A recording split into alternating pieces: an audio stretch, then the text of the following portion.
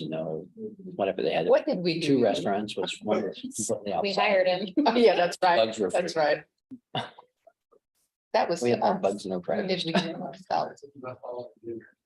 But so we went to a tappy every day on a boat. Oh, And went and ate where the place called Bloody Mary's a couple times. We found a little bistro. That was really good. So,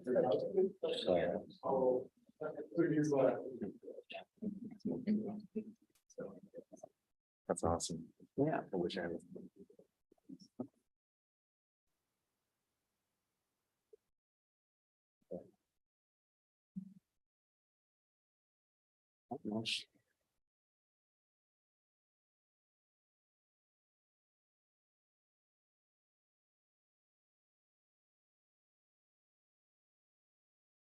Good evening, everyone. Welcome to the council meeting of August 15th. If anyone in the audience needs some amplified headphones, please raise your hand and we'll get those for you. All right, let's stand for the Pledge of Allegiance. Pledge of Allegiance to the flag of the United States of America, and to the republic for which it stands, one nation, under God, indivisible, with liberty and justice for all. Donna, can you do a roll call, please? Well, Councilmember Bode is absent this evening, so Councilmember Sherman. Here. Councilmember Gutierrez. Here. Marinesco, Here. Deputy Mayor Schmidt, Here. Councilmember McDowell, Present. and Councilmember Peterson. Here, Thank you, Donna. You're Give a welcome. motion to excuse Councilmember Bode. I move to excuse Councilmember Bode. Second. All right, motion and second to excuse Councilmember Bode. All in favor, say aye. Opposed? Motion carries. Does the council have any late changes to the agenda? City manager? Mr. Mayor, I have one change, item E2, the resolution number 127907223. I'll be presenting that tonight in lieu of Director Hill. Thank you. Any other changes? All right, council have any board reports to share? I want to say we had another successful movie at the park. Thank you, Jordan. You and your staff for putting that together for us every Friday night and staying there till wee hours, getting everything taken down. It's pretty exciting to see 100 people come out in our parks. Also, I want to say I attended the first annual Turning Point Domestic Violence Shelters Annual Resilient Run, which I ran. Found out today I came in 32nd out of 150 people. I thought I was going to die for 2 days. But it's a great organization and it was really fun to run. So, all right, and that's all I have. Excellent. Anybody else? All right. Has everyone reviewed the item consent agenda? Mr. Mayor, I move to approve the consent agenda as published. Second. All right, we have a motion to approve the consent agenda as published. All in favor, say aye. Opposed, motion carries. All right, tonight we have a presentation by Amy Cooper. This is about our Forest Festival. Welcome, Amy. Thank you, Mr. Mayor and council members. Thanks for your time. I'm here to report on the 2023 Forest Festival event in regards to LTAC funding. People were ready for events this summer, and we were so excited about the amount of people that came out for Forest Festival. Last year was our first year back to normal, but it was a rainy year. So this year was just completely amazing. We really felt like we were back. So with that, I just want to give you a quick report on each event. The Goldsboro Creek Run happened on the 3rd. So that's the early morning event kicking off the Saturday of Forest Festival.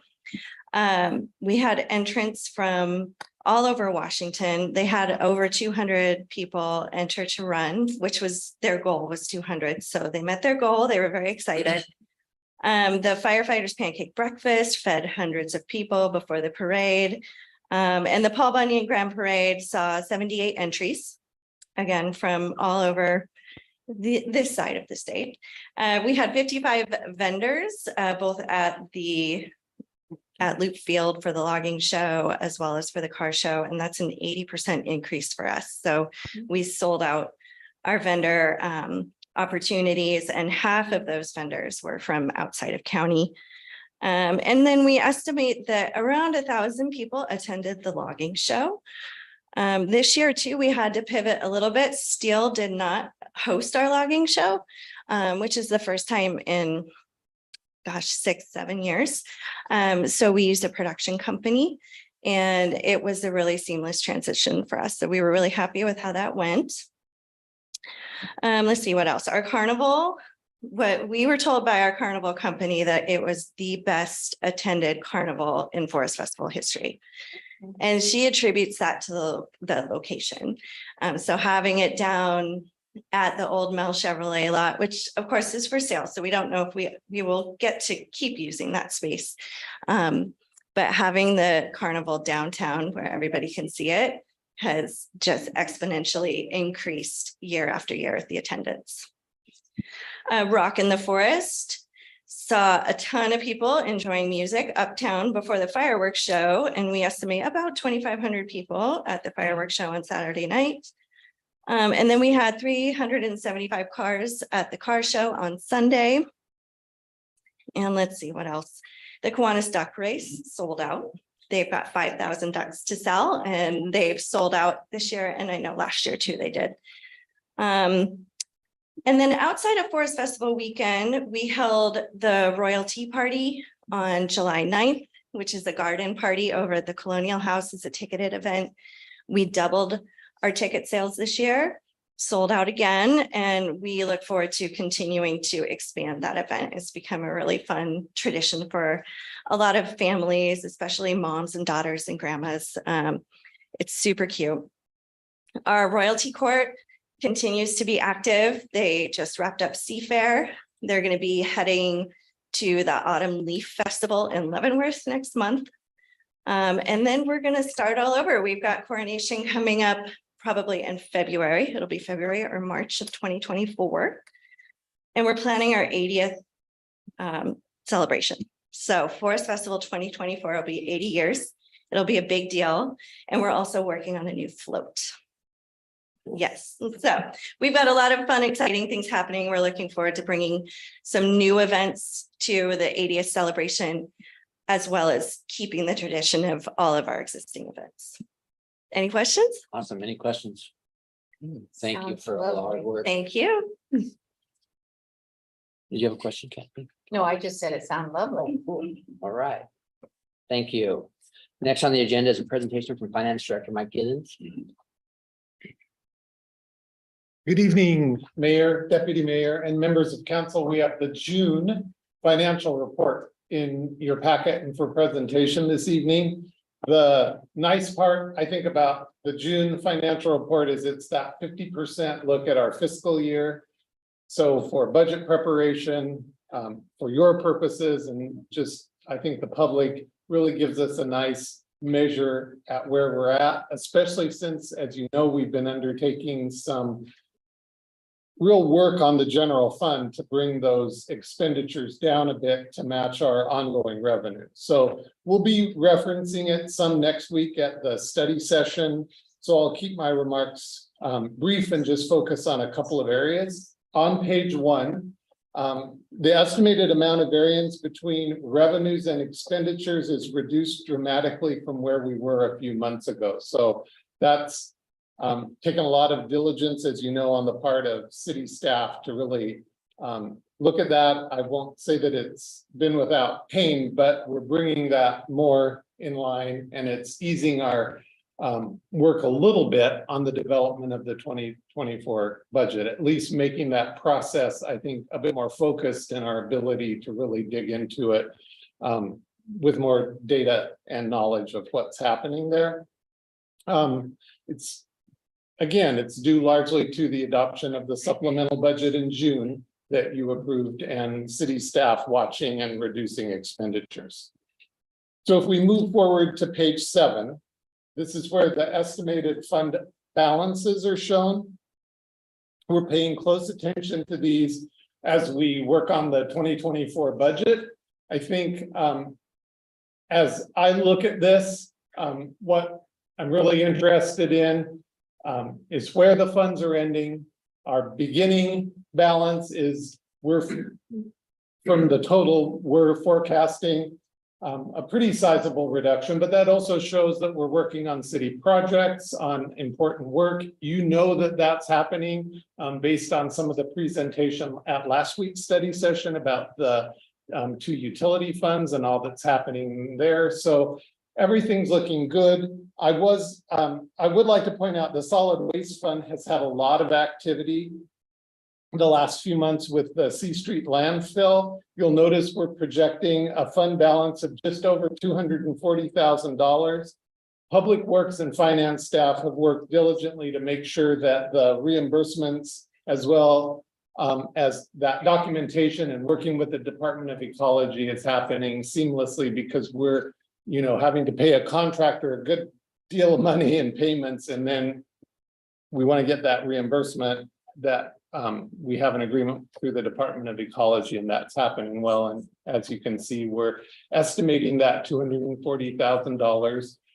That'll be in there to continue those annual inspections of the site. So that's coming together nicely.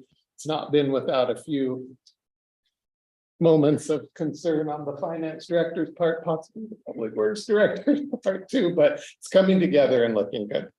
The citywide FTE at the bottom of page 7, it's updated as of June 30th. So this takes into account that supplemental budget.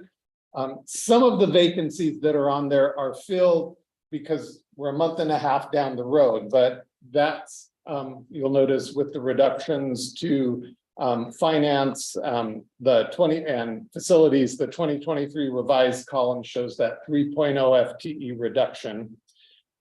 So that's where we're at with that. And then the last pages of the report, 9 through 12, show an overview of citywide funds, showing budget, revenues, expenditures, and again, through June, and then an estimated actual. Department directors have also updated that because they know things sometimes that finance, we're just not aware of, particularly where some of the capital projects are and some of those expenditures are happening. So we're working diligently on the 2024 budget to make sure we have all that in line, and it's important for us in estimating where we'll be. So I'm pleased with where we're at and how we're really looking for that 2024 process, and bringing you some good discussion items next week at your study session on budget. So that's all I have for my comments on the report. Thank you, Mike. Any comments or questions? Appreciate the FTE information, because again, when we're talking about the money we've saved, it's not necessarily that we've saved it. It's just we've had some vacancies that otherwise would be filled. So we got to remember that, and it's part of some of that. So thank you, Mike. Thank you, Mike. Thank you. All right, the last presentation is the water use efficiency plan. Public Works Director Jay Harris has more details. Good evening, Mayor, Deputy Mayor, Council. Jay Harris, your Public Works Director.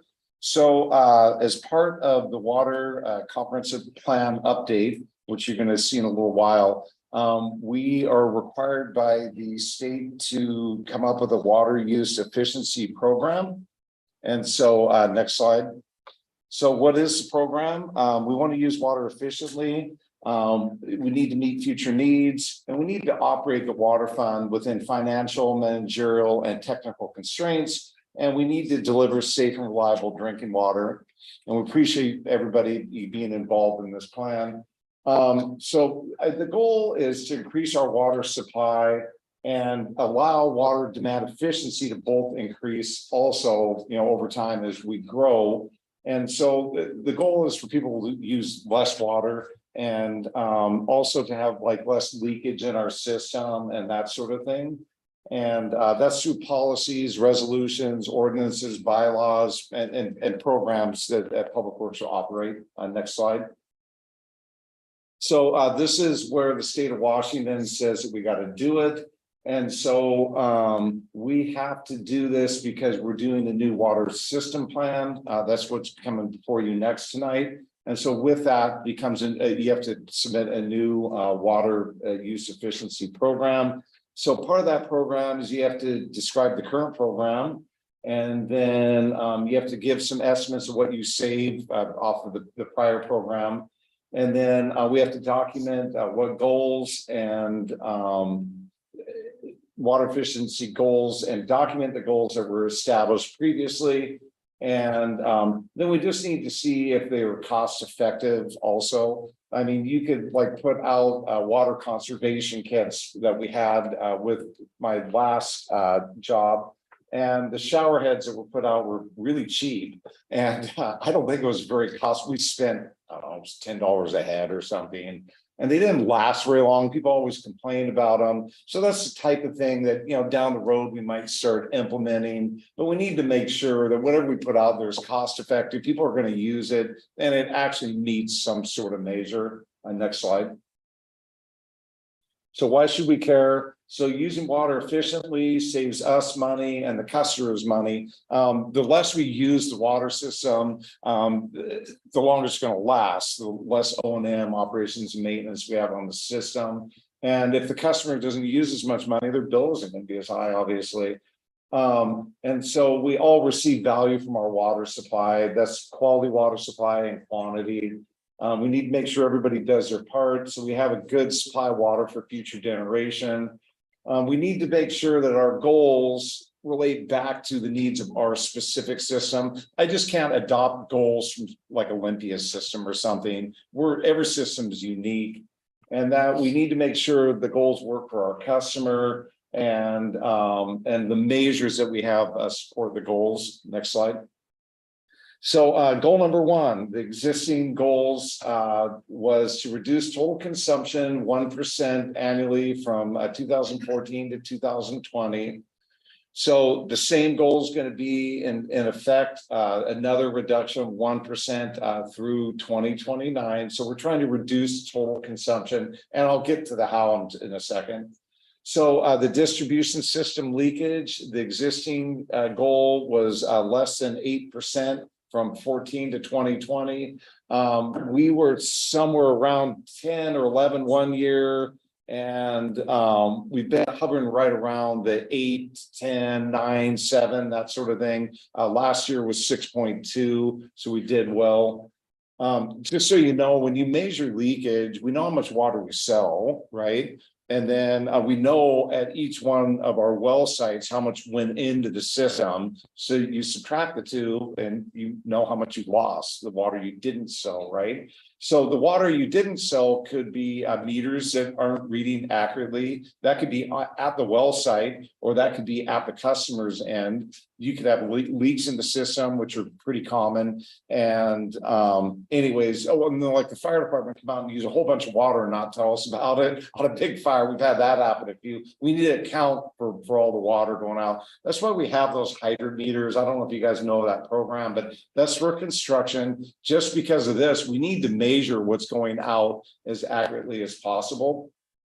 So on the distribution system leakage, we had an 8% goal, and the future goal is stay at 10% on a 3-year rolling average. That's pretty much what the state is telling you. They want to keep you under 10% loss in your total system. And then goal number 3 is to reduce residential water consumption. And in the last 6-year period, they wanted to reduce it by 3%. We weren't quite there. We're not going to move forward with that goal just because people are using quite a bit less water. About 2010-ish, you saw a big decrease, and this was nationwide, of people when the economic crisis hit. People stopped watering their lawns and stuff, kept their grass alive with hoses and stuff, but the big water days were in 2006, those sort of things. If you go back and look at its historic use, since then, each customer has used quite a bit less water. Next slide. So measures and ways that we're going to achieve these goals. So the AMI meters, it's important. These old brass meters are 20 plus years old, in some instances, even maybe 30 years old. As they get older, the parts start wearing out and they spin slower. They never read more, they always read a little less. And so they're not measuring very accurately. We go out and bench test a sample of them and we're just finding that they're just not measuring quite right. So getting AMI done will actually measure the output end a little more accurately. Leak detection. So in 2022, we found 2 leaks. We estimated we saved about 3 million gallons. We identified 4 leaks. And did you send that to the council yet? In different areas around the city. We were out working on one of them already today. It was significant, probably about another 3 million gallon leak a year. It doesn't take much water coming out of a pressurized line to add up to 3 million gallons. We also have real gravelly soil in this area. So in the Portland area where I came from, when you had a leak, we're in clay soil, it'd come out of the road. You see water shooting out along curb and whatever. Some of these smaller leaks go into the gravel. You're not even aware of them until you send out the leak detection service. They can hear the sound of a leak with the microphones they have and can get us and enable these repairs. So we'll continue every year. We have a different zone of the city. We're going to continue that. Continue improvements to the fire hydrant use metering program. That's important. And that's people using water without a permit. We're catching people quite often. They go up to a meter and just start filling up a water truck. And we inform them that, you need a hydrant meter and you need to go through the septic process. Fire department, working with them to keep doing better reporting there about their water use.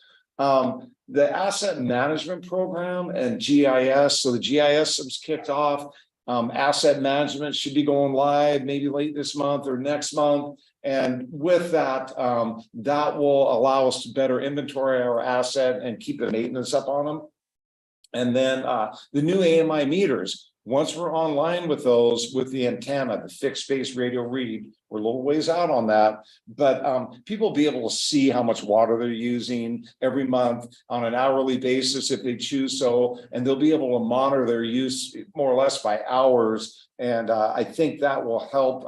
Typically AMI systems, when people are log in, people actually use less water when they're aware of how and when they use it. And that's what the historical and current use for each water account will be available. We're probably about a year out on that, I'm thinking. Next slide. So then every 6 years for small water, if we change doing a small water system management program, but if we change any part of the water comp plan, which I'm going to show to you tonight, and go to the Department of Health, I need to update this with you guys again. And we go through this exact same process that I'm doing tonight. Next slide. And that is it. That is our iPearl meter. Those are being put in around the city. We got 400 and something of them in now.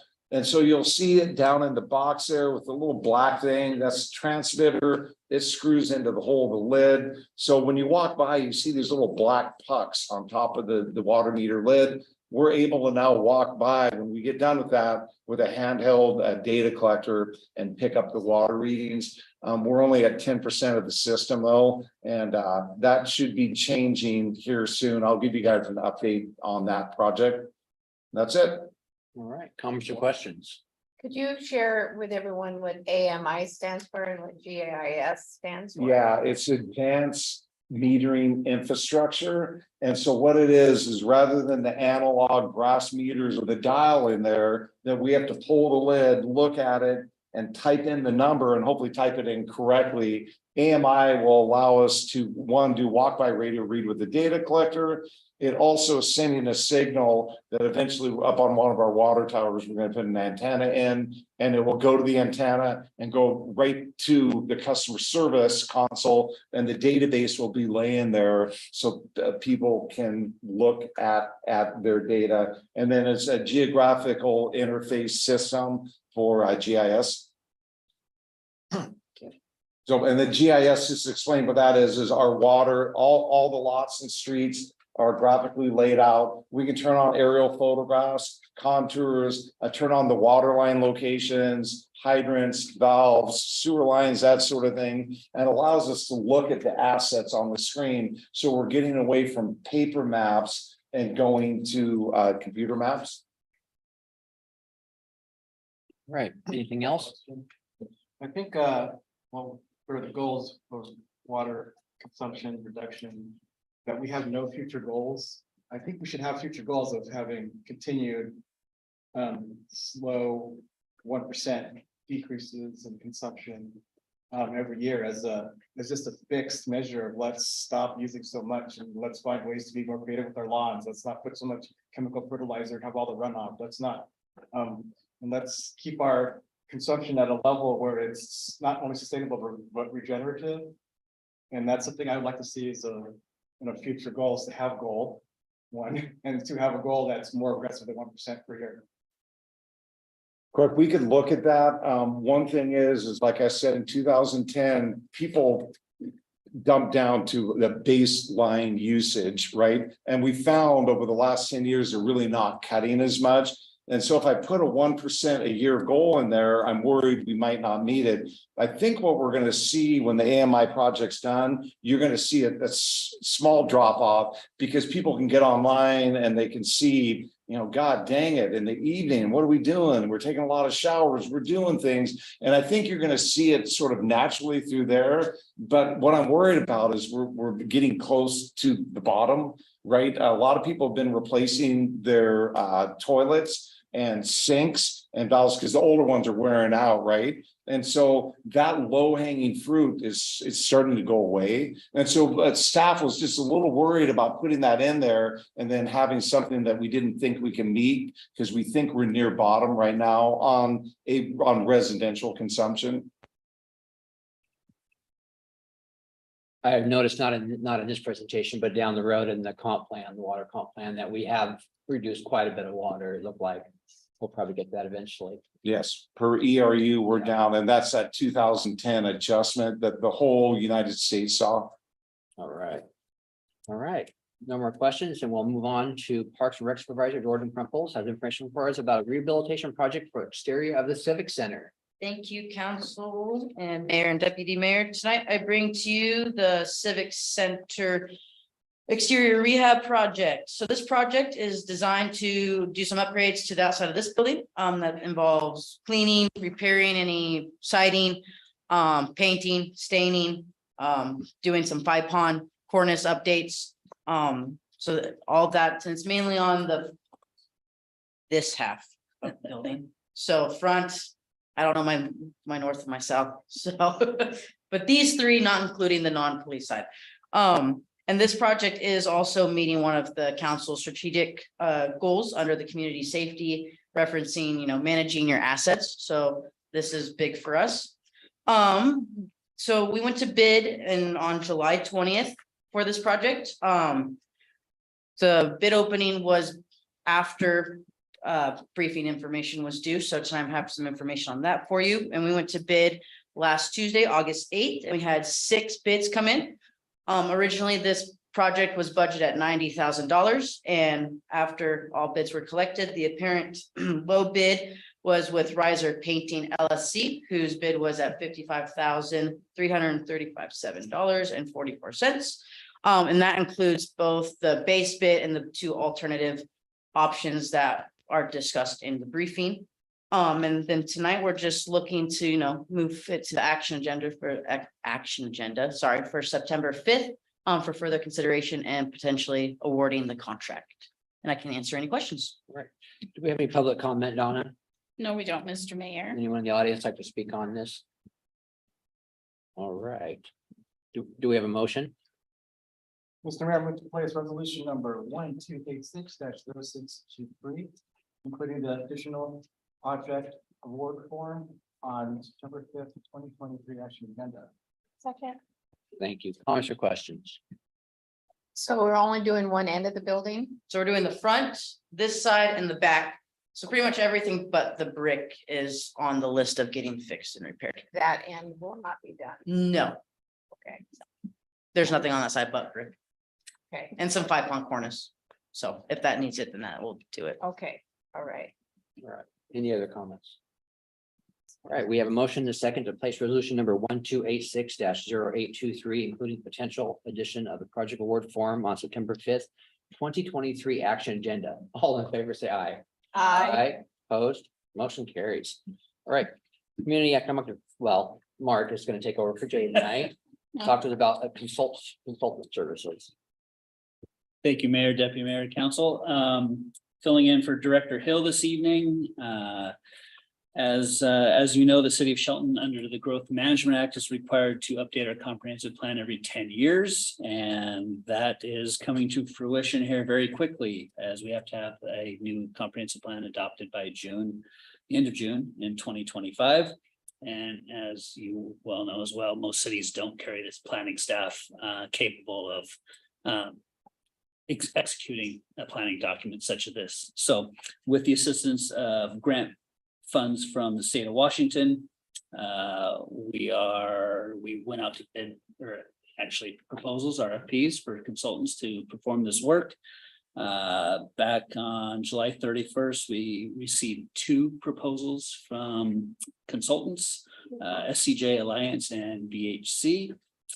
Staff reviewed those proposals and came to the unanimous conclusion that SCJ was the most responsible party for this work. The city's allocated $75,000 this year. The grant from the State Department of Commerce is $125,000, and $30,000 of those dollars will be through a cooperative agreement with Mason County to work on the housing element and some other elements that are typically worked on cooperatively anyway. And SCJ Alliance has been hired by the county at the same time. So we think we have some economy of scale there for this portion of the project. So with your consideration, we ask that this item, the contract with SCJ Alliance, be placed on the September 5th council meeting. Thank you, Mark. Donna, anybody sign up for a comment? No, Mr. Mayor. Anyone like to speak on the comp plan? All right. We have a motion. Mr. Mayor, I move that we forward resolution number 1279-0723 to the action agenda on the September 5th council meeting for further consideration. Second. All right, comments or questions? All right, we have a motion and a second to forward resolution number 1279-0723 to the action agenda of September 5th. For further consideration. All in favor, say aye. Aye. Opposed, motion carries. Our next business item is a resolution to update signatures for the local government investment pool. Finance Director Mike Gibbons and details. Thank you. We're bringing this resolution to you so that we can formalize an update to the signatures on this investment account to add the appointment of city manager Ziegler. I think we even need to update it to put me on there. I can't remember if we have, so this will bring it to current status. The local government investment pool is managed by the Office of the State Treasurer. It allows local government entities such as the city to place funds that we hold in a safe and secure investment pool that certainly follows all required laws. It also gives us the benefit of some liquidity so that we can move the funds out when we need to with very little notice. And so that's the purpose of the LGIP, and we're bringing you this resolution to update the authorized signatories on the fund. Thank you. Donna, did anyone sign up for public comment? No, Mr. Mayor. Anybody like to speak on this? All right, do we have a motion? I move to forward resolution number 1281-0723 to the action agenda at the September 5th council meeting for further consideration. Second. Thank you. Comments or questions? Nope. All right, we have a motion and a second to forward resolution number 1281-0723 to the action agenda of September 5th for further consideration. All in favor, say aye. Aye. Opposed, motion carries. All right, we're back to Jay Harris, Public Works Director, updating about our wastewater system comprehensive plan. Good evening, council, again, Jay Harris. So the wastewater comprehensive plan the prior plan was from 2008, 2009, right in that range. You want to try to update those every 10 years. Hired Gray and Osborne to do that. And this is a wrap up of that plan. So it addresses the city's needs for wastewater collection, transmission, treatment, reuse system, and disposal for a 20-year planning period we go out 20 years, but the next plan is going to be done in about 10 years again. So a couple things that we are looking at for the wastewater treatment plant and water reclamation plant, that we need treatment reliability and redundancy in our systems. There's some new reclaimed water rules that impact the water reclaim plant of how we can use reclaimed water and how we store off-spec reclaimed water and that sort of thing. There's standards for the protection of shellfish beds from pathogens from our main wastewater treatment plant. We've been watching that. And there's also nutrient restrictions new restrictions that are affecting the wastewater plant that we want to address. So long-term objectives of this plan is we want to improve in-stream flows in Goldsboro Creek. So up at the membrane plant, we send some reclaimed water out. A lot of it that goes to our spray field. It takes about 4 to 6 months to get into Goldsboro Creek for the groundwater modeling. But during the summer months, we've been increasing the base flow of Goldsboro Creek, which is a good thing, especially as we get a little drier. We're trying to minimize the discharge of pathogens to Oakland Bay, and we want to try to reduce the restrictions on shellfish harvesting. Also, we want to reduce nutrients, which are different than pathogens, because we want to maintain dissolved oxygen levels out there. And we want to expand the water reuse system in the city. And we also want to make sure we're replacing our aging infrastructure, and we want to make sure we're reliable and resilient. Couple other things that we need to expand the collection system and some of the wastewater facilities to accommodate growth, and that we want to try to make sure our fees are reasonable. Okay, I know they're high because we have the past debt and all that, but we still need to keep watching that, you know, with our rates, right? And over time, we need to do projects right, ensure that the system is reliable, but you know, in the future, try to get our rates more in line, you know, with what other ratepayers are paying, you know, in the state of Washington. So the PowerPoint slide, some of the new things in the comp plan. So we update the land use, population projections, and service area characteristics. That's like UGA boundaries, that sort of thing. We look at the current needs and any needed facilities that we need to add. We looked at all the infrastructure, you know, that's piping systems, lift stations, force mains, which are pressurized, and wastewater plants. We look at flow and loading projections. So flow is water, loading is the solids part. We looked at the comprehensive look at the collection system, and including as we get I&I into the system. We looked at how we're treating at each plant, and what we look at for the water reclamation plant for projects, and look at the quality of the water, reuse water that we're sending out. And then we came up with alternatives and recommendations and projects and a financial analysis. Next slide. So some of the projects that we have, and I went over some of them a few meetings ago, but some smoke testing is P8 down in the Mill Basin, just to find some potential storm connections. And we think that we can probably get some storm piping disconnected from that part of the system. There's a force main that goes across Goldsboro Creek and goes all the way up to the main plant. That hasn't been looked at in 12 years. We want to make sure we're looking at that, because if we have some issues with that line, we want to know about it right away and do any needed repairs.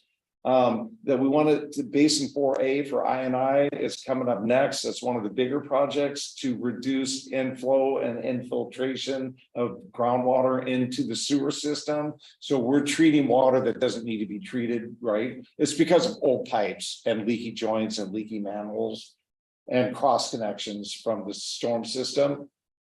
That the North Diversion Lift Station, we got done with the property purchase. We're getting ourselves set up for that. So we can take a good part of the northerly parts of the city and run them in the future up to the membrane treatment plant. That way they're not going to the main plant, and we're sending them up there.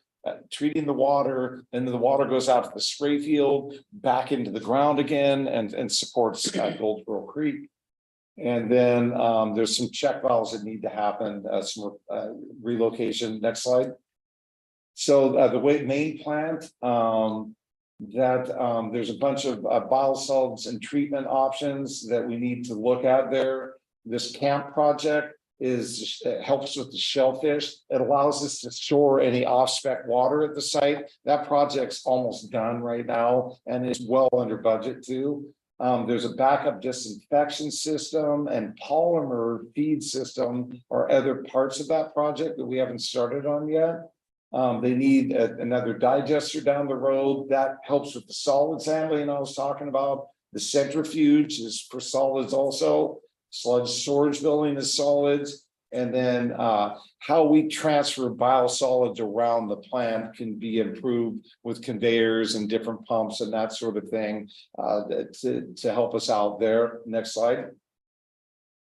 That at the reclaim plant and the water reuse system, there's a reclaimed water tank that we're going online. We hope to go out to bid for that sometime in November. I'm looking at the final plans for that right now. So that will be coming soon up at the reclaim plant. That will allow us to store a bunch of water. And as people need it and they want to draw down the tank, we can give them a lot of water. That'll be important, especially as you bring larger users online. So it's good. We pump the groundwater out of the well, send it to the customer. The customer uses the water. It goes to the reclaim plant, goes back out and is reused again, right? Rather than pumping more water out of the ground, we keep reusing the same water, which works really good. The reclaim plant has some we have the headworks upgrade that's happening. We got a $3 million grant for that 1A. We have replacement of filters in 1 and 2 in 2027 plan. These will be higher capacity filters that will give us some additional capacity and treatment for now. Substandard holding effluent pond. We need to get that done for the state requirements. Like I was talking about, they have some additional requirements. And so we'll have to hold any substandard water. We need to go to where we're infiltrating the water in our spray field and do a bunch of improvements out there. We want to go to dry wells. Right now there's spray heads out there. We want to go to dry wells. It's much more efficient to get water in the ground when you're putting it into the ground, not spraying it 3 feet up in the air and letting it soak down into the soil. And then phase 2, there is an expansion of the plant a little ways out, and that's to just get us more capacity. Next slide. That's it. And that's a picture of the main plant as you're looking out into the bay. We flew the city helicopter over that. Just kidding. We don't have a city helicopter. That's a drone shot. I don't know where we got that from. All right. Donna, anyone set up a public comment on this exciting subject? No, there isn't, Mr. Mayor. All right. Anyone, anybody in the audience have to talk about this exciting subject? All right. I have a question. So you're planning on reusing all that water. Sir, can you come up to the microphone and tell us if you're from the city or county? My name's Thomas Wolf, and just for the record, is this, am I gonna be able to speak on general stuff Yes. here too at the end, or what is that? Because that's not on the list. Anyways, I appreciate your time, and well, I had a question about reusing the water. There's a lot, is this for drinking or is this for general use, like putting into our agriculture? We don't really have a big agriculture going on. And we rely a lot on chains currently, and that's not really good for the environment, and it's not good for us in case of a recession or anything. We are completely reliant on other chains. So when it comes to what we are using our water for, I think that there needs to be something said about how we're using it to make sure that we are sustainable in times of hardship. And I know that we need to reuse our water. I'm all for that, but there's also something we said is this: if this is drinking water, if people are going to be drinking this water, then I would like also there to be tests done so that we can see whether or not this water is actually actually friendly for us to drink because there's national state studies that show that there is lithium and other things included into our local drinking water that is actually in our tap water. In our tap water. And if we are going to be reusing water, I think that there should also be tests done to make sure that they are not putting any sort of things inside of our water, or there's no contaminants that are actually not supposed to be consumed. That's what I'd like to say for this specific topic, but I would like to actually mention a few more things on general comment. Yes, we'll get All to right. there. And if you want to leave your name and number. But we I can can get just somebody from comment to staff. that. The state of Washington doesn't allow you to consume reclaimed water. It's a whack, Washington Administrative Code provision. And so you can't do that. But the water is currently being used. Most of it is being used by the state corrections facility, and they're using it for the laundry at the facility. So the goal of the water is sports fields, industrial processing, those sorts of things, large irrigation, large users. So, putting it out to a residential neighborhood for lawn by lawn by lawn, the cost of that infrastructure far exceeds, what you're using. So anyways, it's not used for drinking purposes. That's something I want to clarify. Thank you. Thank you. If you need any more follow-up, just leave your number and name and we'll have somebody follow up with you. All right. Anybody else in the audience? All right, do we have a motion? So Mayor, I move to resolution number 1282-0723 to the September 5th action agenda. All right, we have a motion and a second to forward resolution. Oh, comment or question, sorry, Mr. Council. I don't have a question. I just have a comment. Anyone wants to take a tour of the sewer treatment plant? It's really very interesting. Very interesting. So get a little Jay. I think it's been about 8 years since I went. I'd like to go through it again. But it's for anybody that wants to take a tour of it. It's open. Very interesting. I just wanted to thank Jay for the comprehensive way we set up our water for the future, and how with the big plans we have for water, the quantity and the quality of the water. So I just wanted to put that out there, that I appreciate the work and effort you are to keep us in compliance and to keep our water safe and clean for all different sorts of uses. So thank you. Thank you. We have a motion and a second to forward resolution number 1282-0723, December 5th, city council meeting for further consideration. All in favor, say aye. Aye. Opposed, motion carries.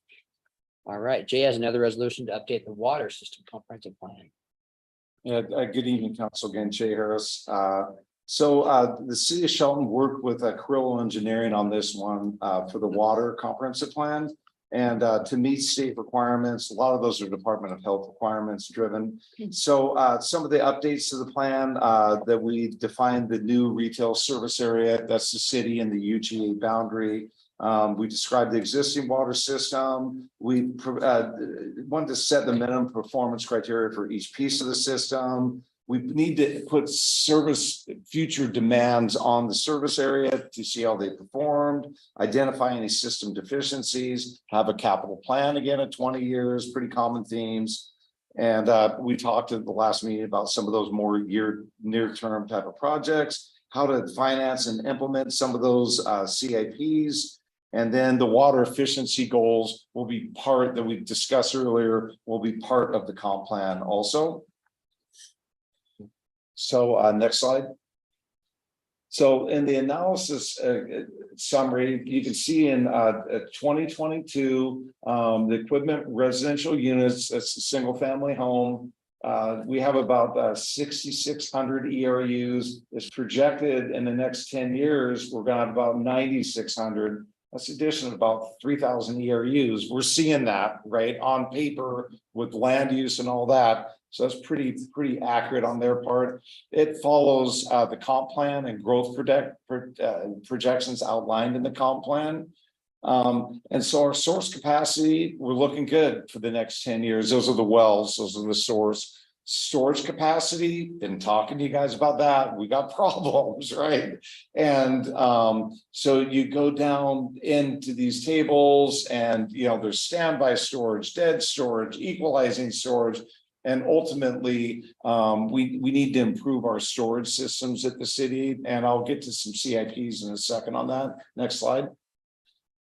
So here it is. That's pretty micro to read, but there's general projects that we need to do. Those are more maintenance projects such as hydrant improvements and repairing things. The next water system plan, supply projects. We got to put a new well in the next 20 years, not immediately, but in the next 20 years. And do some chlorine generation projects for the supply. There's some pressure zone projects. There's one in Mountain View. There's one in Angleside that we need to look at.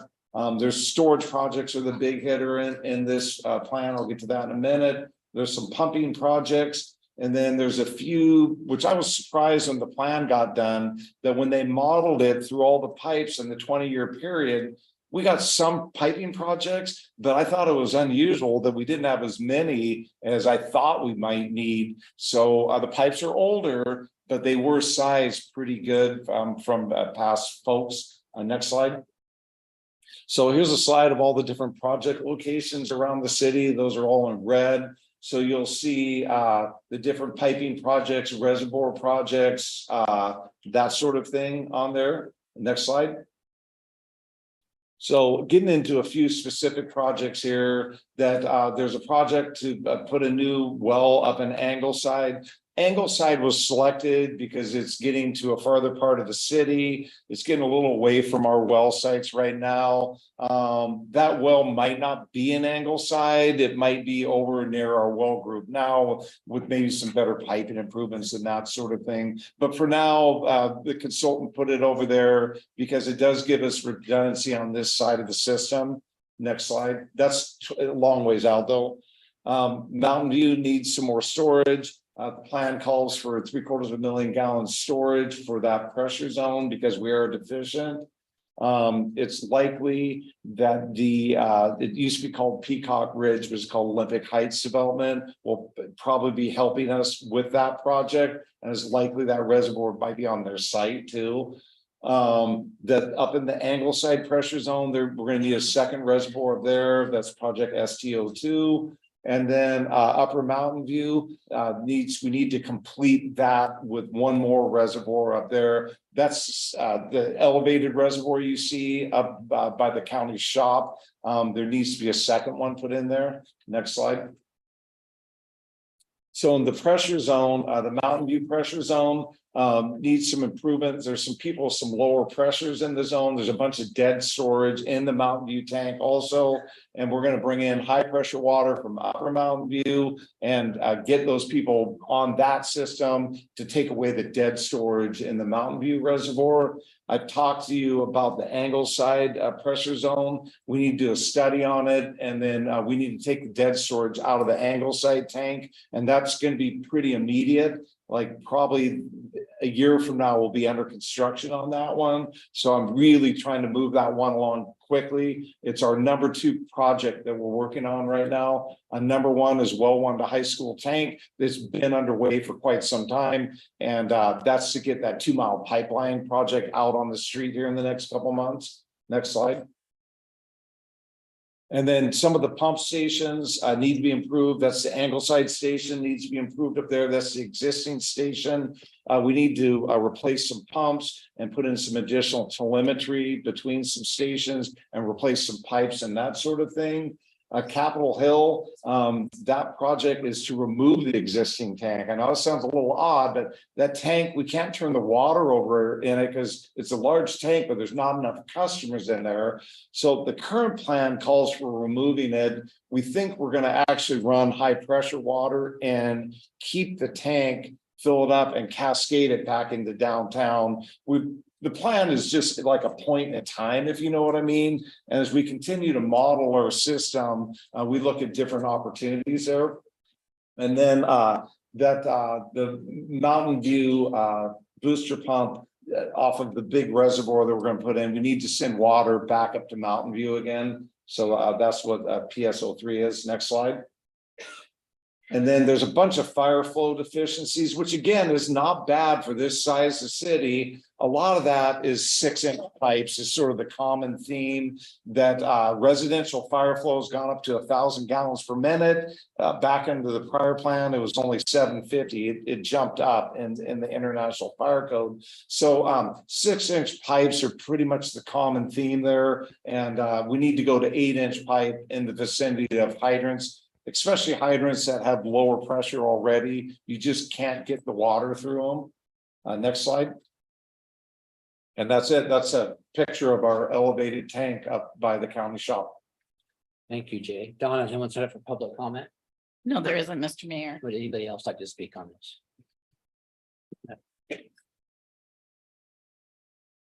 What's up again? My name is Thomas Wolf. I just wanted to address what you said earlier about being able to monitor water usage. Is this for every single citizen in this county? And you mentioned something about being able to shut it off or turn it on. You said turn it on. Does that also give you the ability to shut it off too? Mayor, Can we just get back with you on that? We don't normally have a back and forth. Oh, well, I was just a little concerned when he said that you have the ability and you were installing signals and relays and you have the ability to turn it on, which also means that you have the ability to turn it off. And that is, and with the way that things are going, it seems like more and more people are getting taxed and none of these problems are actually being solved. It's just a general issue that I see going on in this community. We sat here for 45 minutes listening to slide after slide, but I don't really hear solutions to any of the current issues. We are fixing a few things, yeah, but the overall lying issues are still here. And I do not see them being fixed with your current plan. And I see you installing more monitoring system, which is cool if they're under the right type of guidelines. But when you mentioned that you can turn them on, like I said, it also means you can turn them off, and that gives you more control over this area and the people that are using the water supplies. And we do not need to be restricting people more and more and more, taxing them for things that are not really being solved. That's just my general consensus on this. And when it comes to the water supply and how we plan on utilizing it, I really want to emphasize that clean water is absolutely essential to all life and living beings. And if we are not taking account for what type of water we are supplying to citizens here, we are opening ourselves up to a lot of different issues, mainly health problems. And I don't really see how any of this is actually going to help us long term for things that we truly need in this community, besides just fixing a few problems and just waiting till next time to talk about it again. Anyways, that's my comment for this. And when you can, I'd like a response on whether or not you guys are able to shut them off as well, because I do think that is something that everyone here needs to know. Thank you. Just leave your information after the meeting and we'll get back with you. Mr. Wolf, yeah. I can chat with you after the meeting also. All right. Anyone else? All right. Do I have a motion? Mr. Mayor, I move we forward resolution number 1284-0723 to September 5th, city council meeting for the action No, agenda. you jump down. Oh, sorry. Go up one. Go up one. We're on the water Around the water. comp plan. I think Oh, that's right. one. No, he's down here. He was on construction. plan. 1284-0723. That's what, we're on 1283. 1283. Yeah, you said 1284. Right. Okay. 1283 to the action agenda on September 5th. Okay. We get that. I'll second that. All right. Just making sure. Comments or questions? We have a motion and a second to forward resolution number 1283-0723 to September 5th, city council agenda for the consideration. All in favor, say aye. Aye. Opposed, motion carries. All right. We have one more business from Jay. Good evening, council. The design and construction standards, staff has been working on this since I started here. And chapter 1, chapter 2 is what we worked on. There's a few other chapters that still need some work down the road. And chapter 1 says general provisions. That's how we issue permits, what we expect for you to submit. bonding requirements for public improvements, that sort of thing. Chapter 2 is the transportation chapter. And so a lot of that is when a customer came in with a development proposal, we had a hard time trying to evaluate the proposal and tell them exactly what they needed to build. And so I met with council a couple of different times in study session and talked about those items. And I think the new standards manual, which we've been running in beta mode in the last month or so, it can address a lot of those problems. Next slide. So I'm going to go over real quick the street system for the city. So we have arterials, we have collectors, minor collectors, and local roads in the city. That was from the 2017 comp plan. We're going to see a different map in 2025, probably going to be similar to this one. You can see the dash lines that show the future collectors and that sort of thing. Very helpful document to get people around the city, but I need to have standards for all the different types of roadways. Next slide. So here's a picture of it.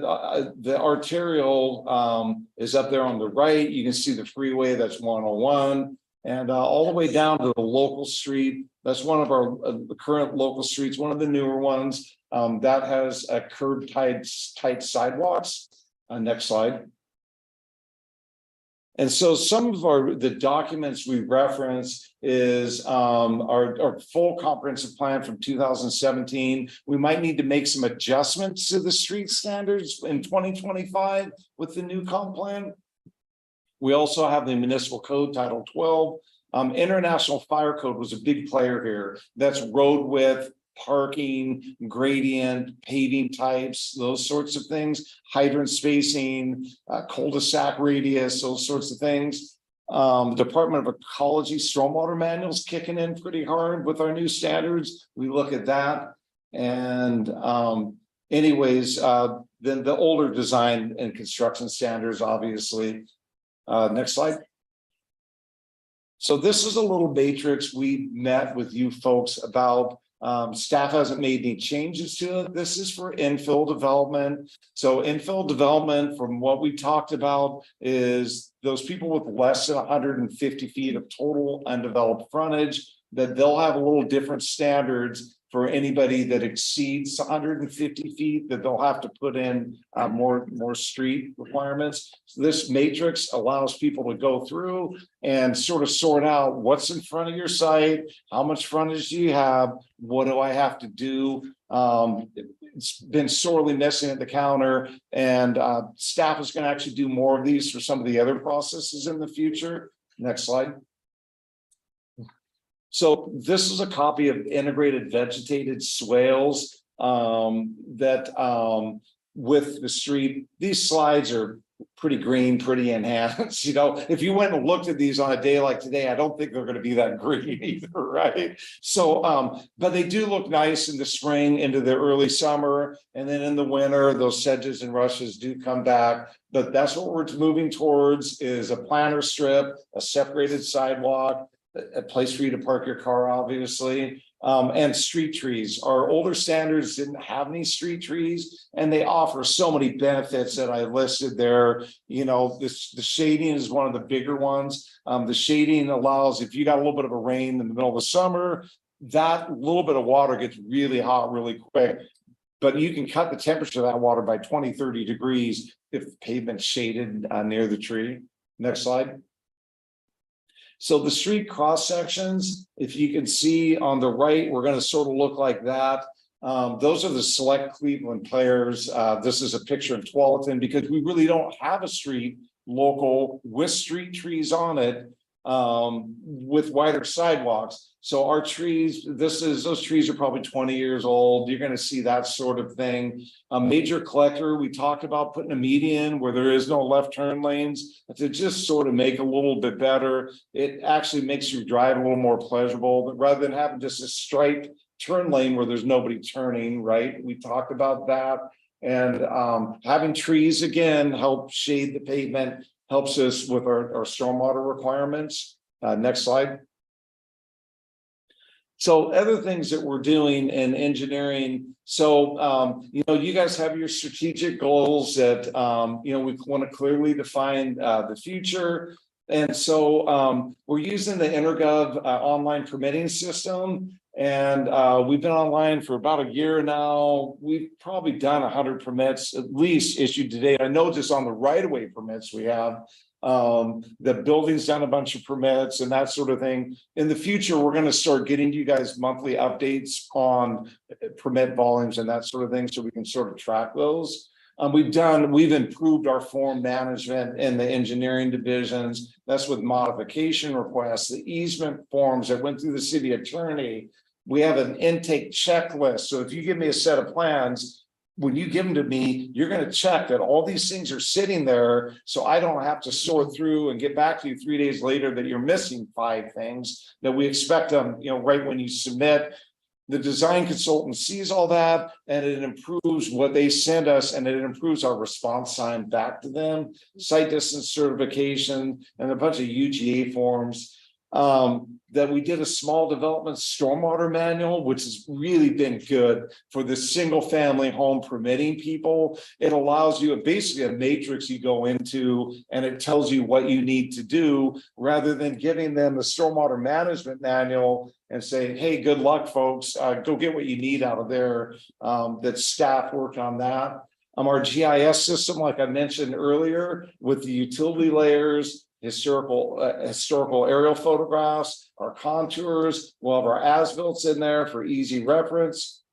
And then we've improved our group meetings with community development, building department, with engineering staff, with maintenance staff, of just integrating a lot of different people into the development loop. And we've improved it's really well with bringing in outside consultants to look at water capacity, geotechnical studies, that sort of thing. So upcoming in the future, so we're going to have the easements in GIS, so we'll be able to find those. Those are the legal right, for sewer line and that sort of thing. We'll have those at our fingertip. That the new video truck that we purchased, that online will be able to look at the actual video of a sewer line. So if somebody wants to connect to it, I can go evaluate downstream a little bit and make sure we're not going to have any problems with that new connection.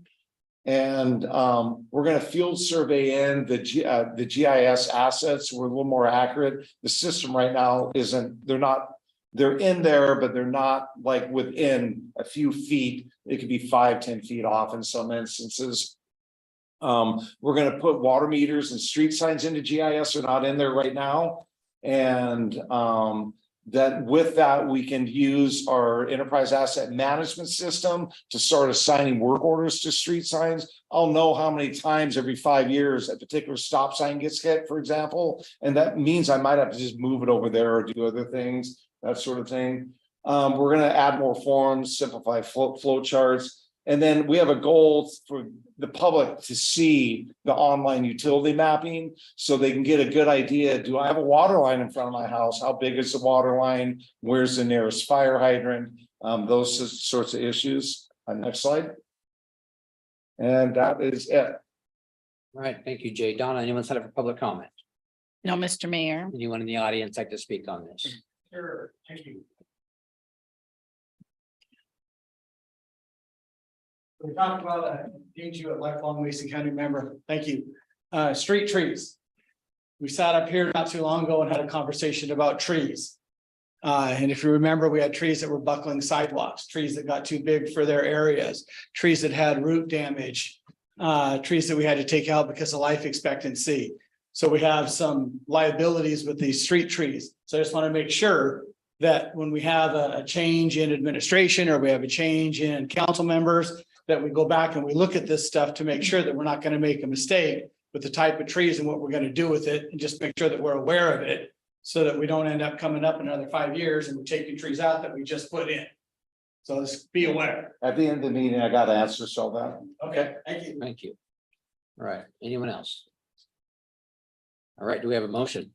Mr. Mayor, I move forward resolution number 1284-0723, September 5th, from the 2023 City Council meeting. Did I hear a second? Okay. Comments or questions? All right, we have a motion and a second. Thank you, actually, Jay. I know it's several study sessions on this issue. What, 4 maybe?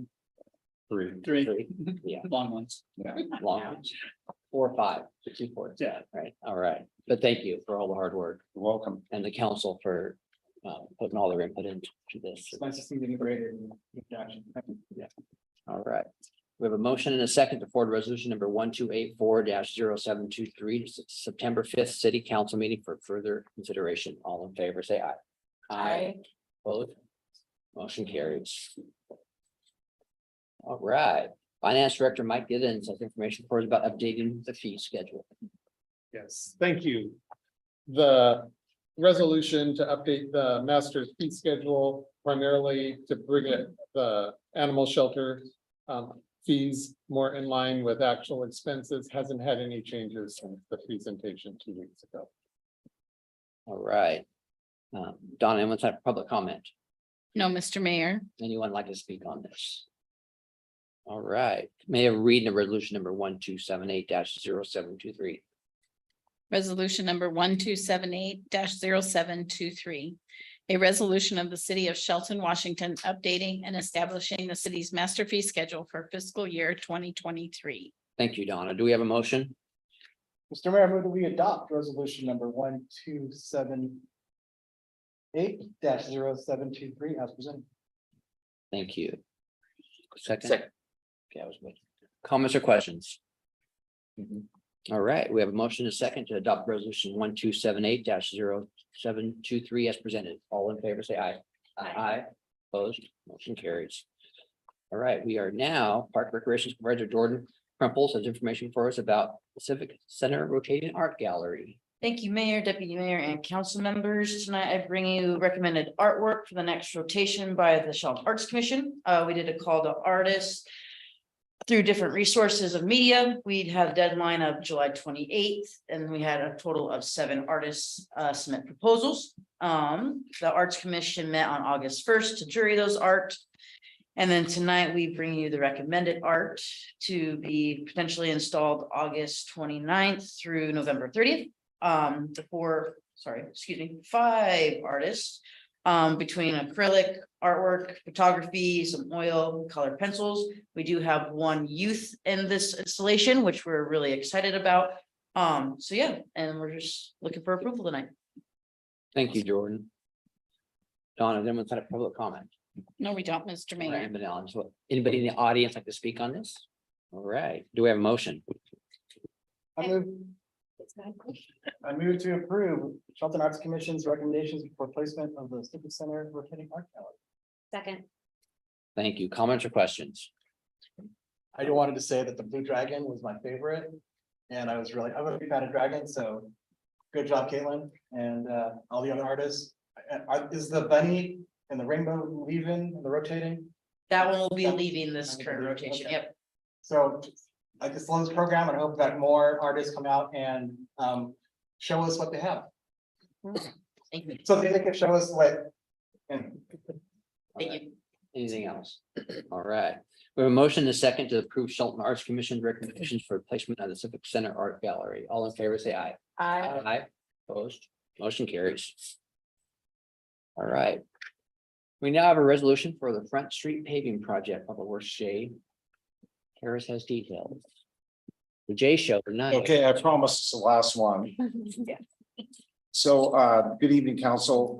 So we have an interlocal agreement with Mason County Public Works that allows us to request, work supplies, equipment from each other. It's vice versa. We did a bunch of grinding for the county a 1.5 years, 2 years ago. And, they came out and helped us on Front Street, between Coda and Nealon. They have a bunch of trucks, they have a bunch of rollers, they have a paving machine, okay? So they came down and hit it hard. We got all the prep work done. And they came in and paved Front Street for a significant length for us. And they sent us a bill for $45,000. The city manager has a low signing threshold, $30,000. So we're coming to you folks for approval of that. And then if you look at the council agenda briefing, you'll see the pictures of the finished road. I don't know if you folks have driven it or not, but the before and afters are significant. That road was in pretty darn bad shape. So good thing for the city.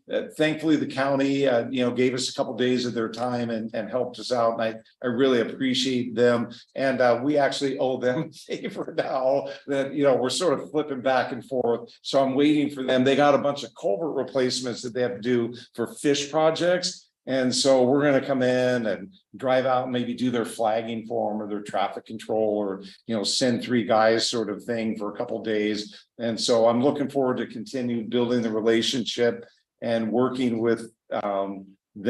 And then this is one of those single touch type of things. I need to pay that invoice. And so the motion hopefully is proper for that. Thank you. Thank you, Jay. Donna, anyone set up public comment? No, Mr. Mayor. Anyone in the audience like to speak on this? All right, maybe we're reading resolution number 1285-0823. Resolution number 1285-0823. A resolution of the city of Shelton, Washington, approving and authorizing payment for the Front Street paving work conducted for the city of Shelton by the Mason County Public Works Department. Thank you, Donna. Do we have a motion? Mr. Mayor, I move that we waive the 3-touch rule and approve the resolution as presented. You need the number? 1285-0823. Second. Thank you. Comments or questions? Yes, I think this is one of the smartest things we're doing is partnering with the county on these projects. They have the equipment. We don't. We need help. They're there to help. So I'm just an immense benefit to the city and the county. thank you. Anything else? We have a motion, a second to waive the 3-touch rule and approve resolution number 1285-0823 as presented. All in favor, say aye. Aye. Opposed, motion carries. We are now at city manager report. Thank you, Mr. Mayor. Short report for you this tonight. First and foremost, I want to convey to the council the positive clean audit that we received today from the auditor's office for the ARPA funds, federal funds through COVID relief. I want to recognize Terry Schnitzer, Don Quizme, and Mike Giddens for their hard work in this. Not only was it a clean audit, but it's such a clean audit, and we were so responsive to the state that it reduces the cost to the city and what they charge us for those audits. By half. They actually charge us, to By come in and audit. So if we can, if we do our jobs properly, we're consistent, proactive, we can save some money on the back end of these processes. So I really thank the finance department for all their hard work there. I will be attending the Washington City and County Managers Association conference this week, so leaving tonight, and looking forward to some sessions on legislative priorities throughout the state, our state fiscal forecast, as well as other communities' reaction and programs regarding homelessness and activities surrounding that. So be a good opportunity to connect with other cities in this state and counties, and get some information from them and see what they're doing out there that's helpful, and maybe share some things that are really positive here in the city of Shelton as well. I also want to recognize the first meeting of the subcommittee, the council subcommittee on homelessness. Councilmember Sherman, Councilmember Gutierrez, and Councilmember McDowell and myself met on Monday. Went through much of the list that was presented to council last week, put together some action items that I'm currently working on. We'll continue to refine those and bring some recommendations forward to the full council here at a later date. So don't have a timeline for that yet. We'll continue working on that, but you'll see some of those options, I guess, presented to you at a later date. And that's all I have tonight. Thank you, Mark. Any comments or questions for the city manager? All right. At this time, members of the public are invited to make public comment on any topic that was not listed tonight on the agenda. Donna, do anyone signed up for public comment? We do, Mr. Mayor. Our first person is Thomas Wolf. Thank you. I appreciate your time. Tonight I actually have a few things I'd like to go over. I actually come from Seattle and I live here in this community now. And one of the things I'd like to address is this is becoming a mini Seattle, which is actually a really big problem. There's a lot of things going on with the homeless. There's a lot of people that are currently addicted to drugs. But the main problem is the cost of living is actually going up and no solutions are being had for this. So when the cost of living is going up, there's no solutions for anybody that doesn't actually have the means, and there's not enough jobs in the area for anybody to actually get a job and actually pay for a place. Because like I said, it's like 2.5 to 3.5 times the amount that you actually are making. So unless you amount of rent, so unless you actually freaking like have 2 jobs, good luck finding a home in this area. And, you know, and this goes for all across Washington, not just this area. Seattle's way worse than this. And there's no way that we still don't have a stoplight or some type of stop sign on State Route 3. There are so many accidents on that road that it is becoming a serious issue that people need to address. It is very dangerous. We have people that actually live off that road, and there is just car accidents all the time on that road. It is getting more dangerous by the year.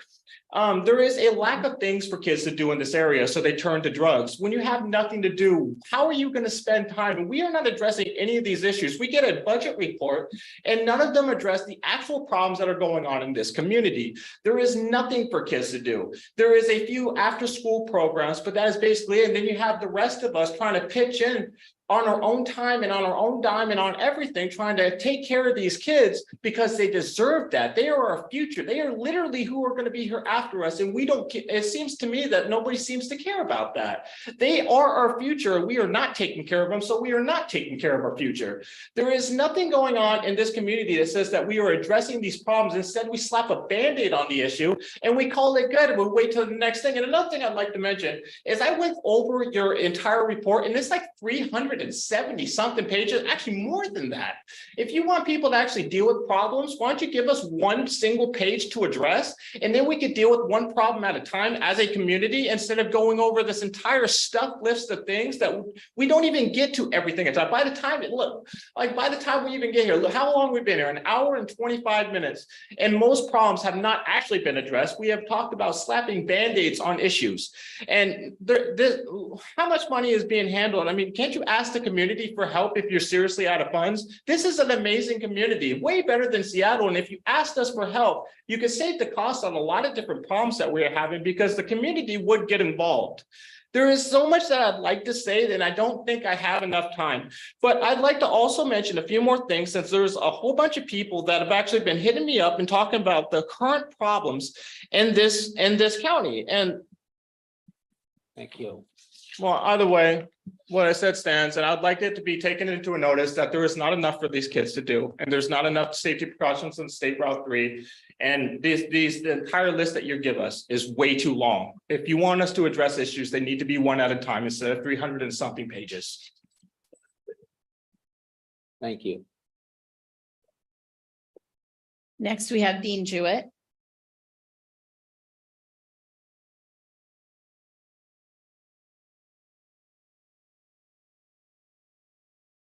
So I just want to reach out and say thank you for what we do have going on and the subcommittee. I definitely appreciate it. We're dealing with some stuff that I've been talking about for several years. I wish it was a little sooner, but it's here. So what I do kind of want to use, I'm going to use a football analogy. Let's take the ball all the way across the goal line. Okay, if we have a committee that's working on this, and we're going to work on Brewer Park, for instance, let's also work on things that you guys are all very well aware and very well versed on what I talk about. We have a no lay lie ordinance. We need to enforce our street camping ordinance that we already have. We need to enact a shopping cart ordinance, and we need to treat all parks the same. We can't just give a park that's owned by the community for the community and just give it away and have it turn into a bicycle chop shop. I'm sure the mayor and the deputy mayor already know, because I know that there's some conversations involving them. And this chop shop that we have going on, it's embarrassing. I would recommend that you guys take a tour and go look. And if you don't know where to look, Just ask me for a ride. And I will take you to those spots and I will show you and I will point them out for you. Because we all need to see it. If we all see it, you know what? Miguel and I probably don't agree on a lot of stuff. Joe and I may not agree on a lot of stuff. But I think that you guys are all sitting in these chairs for a reason. Okay, you want to have some community service, you have some civic pride. You know what? It takes a lot to fill these positions for the stipend that you get. I understand it. You know, so far, just the last 2 weeks, I've had 3 people trespass from our property. Not sure if y'all took a look at that video I sent you of the individual that went sideways on his backpack with a steel pipe and a butcher knife. That's pretty scary. And it was stashed behind my dumpster in my alley. Not even a half hour later, there was another individual that went there. And he was just released from the Mason County, the jail. He left his evidence bag and his butcher knife. What happens if one of your kids worked for me at my food truck and was in that dish pit and came out when he was in that manic episode? So these individuals are unsafe that we have around here. We need to do something about it. And if they're unsafe and we can't incarcerate them, well, we certainly shouldn't, they shouldn't be unsafe and be on our streets. We need to do something. Let's get this ball across the finish line. Let's take it all the way. We have the ability to do it. We're going to be breaking other camps apart. They're breaking other camps apart in other communities. Let's take some of those and let's use them. Thank you. Anyone else sign up, Donald? Yeah, we have one person on Zoom and that's Colleen Carmichael. Good evening, Mayor Inesco, Deputy Mayor Schmidt, and fellow council members. Just to give more information, because I think it's important that the citizens understand what we as homeless providers are up against. I'm sure you're all aware there was a housing assessment that was done by FCS Group in Mason County, and there currently are 326 units needed for government assistance. So people that can't earn enough money, like the gentleman spoke about earlier, there are currently in need of 326 units. For people that earn 60% AMI and greater, which could be teachers, could be firefighters, police, those units needed are 376. So there's 2 instances where we need housing to start with. Add to that the homeless count for our area, which is currently 381 individuals. So when people wonder why the homeless count continues to escalate in our area, it's simply a matter of housing. We don't have enough to meet the need. And those providers that you have that are working currently in Mason County, just so you all understand, the funding that we are competing for in this area belongs to what's called a continuum of care. And there are 5 large ones, which is Spokane, Clark, Pierce, King, and Snohomish. And all the other counties in Washington are in the balance, which is called the balance of state. So for Mason County to get funding for these projects, it is a highly competitive environment. And we have to have a very strong need, which of course we do, but the need is great throughout all other counties. So I'm saying to you that there are solutions to this. Part of it is funding for the city through CDBG funds. That's an application process that we can participate with the city in to get more housing, or at least get some restructure of current housing.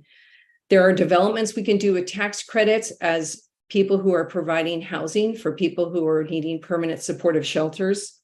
And also the Mason County Housing Authority isn't there. It's the Bremerton Housing Authority in Kitsap County that manages it. So when you add all of these layers together, it paints a picture of how difficult it is to get things accomplished as housing providers and as homeless service providers. One of the things that I know that has been given out lately is that when you build new housing units, what it does is it frees up the older housing units that are currently being competed for by higher earning wage people. So the more new units you build that people like the firefighters, police, those can afford, they go back into those higher level units, and then it frees up the lower level units for people who need them so that they can afford them. So it's all tied in together. Thankfully, you have some really talented homeless service providers that are in your town that are doing the work. and grateful that we're all working together. We met today to discuss our plan for Brewer Park. We are working on a Thank plan you. and I'm just grateful. Thank you. Thank you. All right. Anyone else in public comment, Donna? I don't have anyone else signed up. Mr. Would Mayor. anybody in the audience like to speak on public comment? All right. Does the council have any new items for discussion tonight? No. All right, our next meeting is Tuesday, September 5th at 6 p.m. We also have a study session on Tuesday, August 22nd.